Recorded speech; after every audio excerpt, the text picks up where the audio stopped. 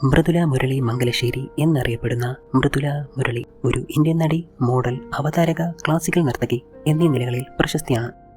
മലയാളം, തമിഴ് സിനിമകളിൽ അഭിനയിച്ചിട്ടുണ്ട്.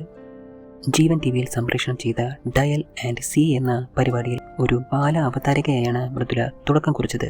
തമിഴിലും മലയാളത്തിലും നിരവധി പരസ്യചിത്രങ്ങളിലും അഭിനയിച്ചിട്ടുണ്ട്.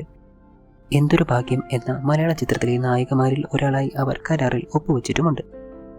റെഡ് ചില്ലീസ് എന്ന മലയാള ചിത്രത്തിലൂടെയാണ് അവർ സിനിമാ മേഖലയിലേക്ക് കാലെടുത്തു വെച്ചത്. തൻ്റെ ആദ്യ തമിഴ് ചിത്രത്തിലെ ഷെമ്പകവല്ലി എന്ന കഥാപാത്രത്തിന് അവർക്ക് നിരൂപക പ്രശംസ ലഭിച്ചു. 2014 അവർക്ക് തിയേറ്റർ റിലീസുകളൊന്നും ഉണ്ടായിരുന്നില്ല. പക്ഷേ മണിയറ എന്ന ഹ്രസ്വ ചിത്രത്തിൽ അഭിനയിച്ചു.